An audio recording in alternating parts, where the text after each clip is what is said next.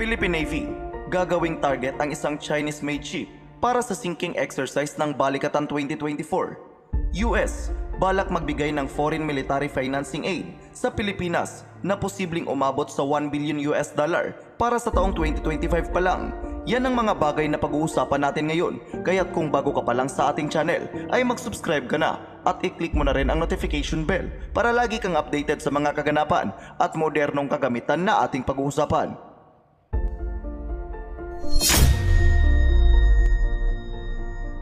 Pagpapalubog sa isang Chinese-made ships ang magiging highlights ng Balikatan 2024. Napili kasi ng Philippine Navy ang BRP Lake Caliraya na dating empty Lapu-Lapu upang maging target sa gaganaping sinking exercise.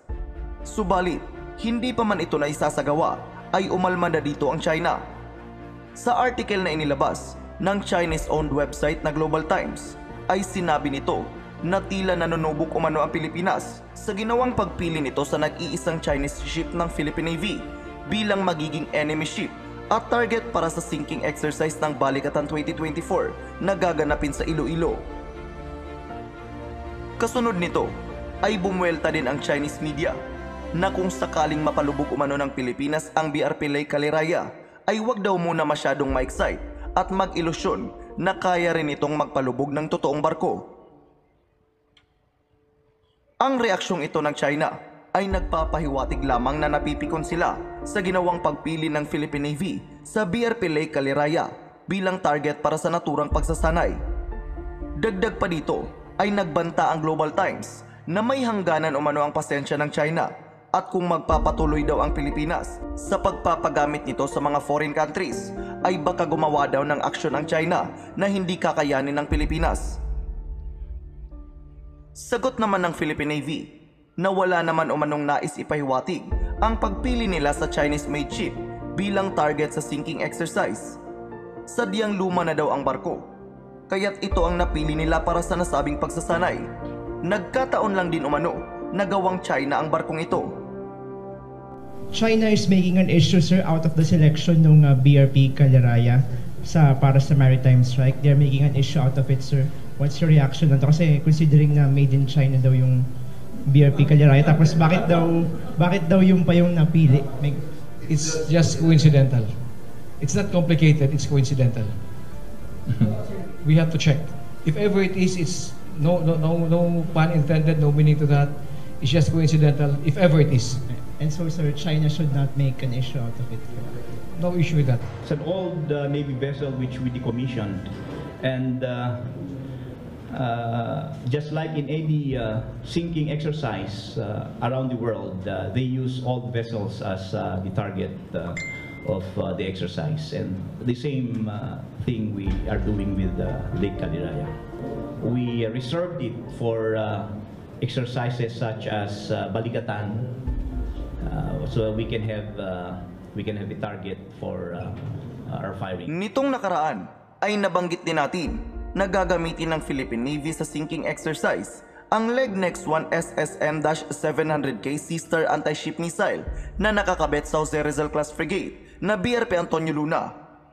Sa kauna-unahang pagkakataon din ay masasaksihan ng bansa ang bagsik at kakayahan ng armas na ito ng ating hukbong dagat.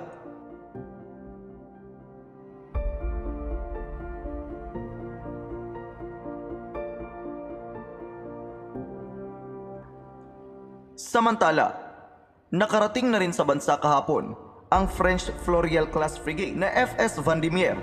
Ito ay bilang paghahanda sa participation ng nasabing barko sa Balikatan 2024. Masaya namang sinalubong ni French Ambassador to the Philippines Ambassador Marie Fontanelle sa Palawan ang French warship.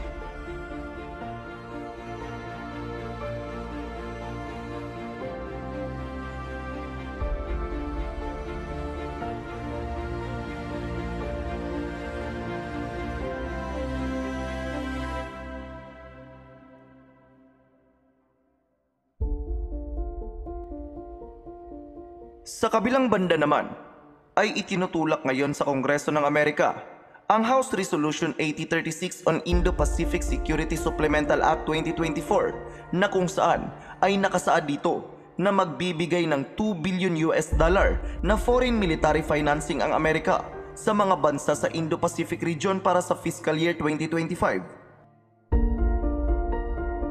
Ang resolusyong ito ay pinangunahan ni na US Congressman Darrell Issa, Robert Scott at James Moylan, at nabanggit din nila na out of 2 billion US dollar ay 500 million ang mapupunta sa Pilipinas bilang tulong dahil sa kinakaharap nitong tensyon laban sa China.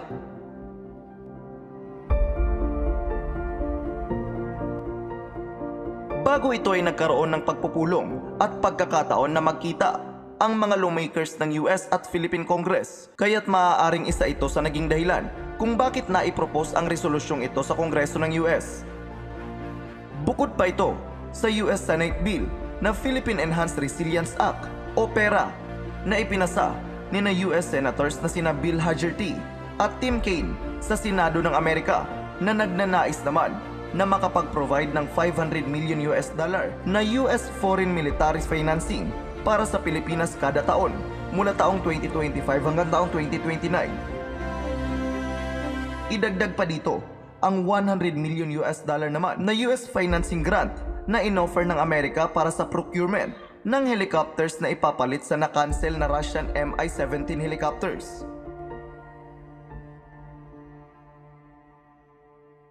Kung maaaprobahan, ay maaaring umabot sa mahigit 1 billion US dollar ang matatanggap ng Pilipinas mula sa Amerika para sa taong 2025 pa lang. Sapat na ito para makabili ng mas marami pang modernong kagamitan ng ating AFP.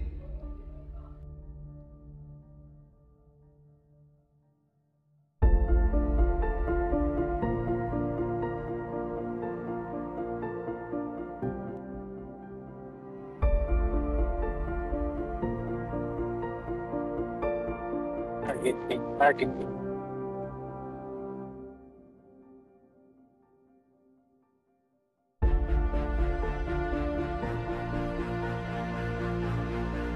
Bulldog, good hit.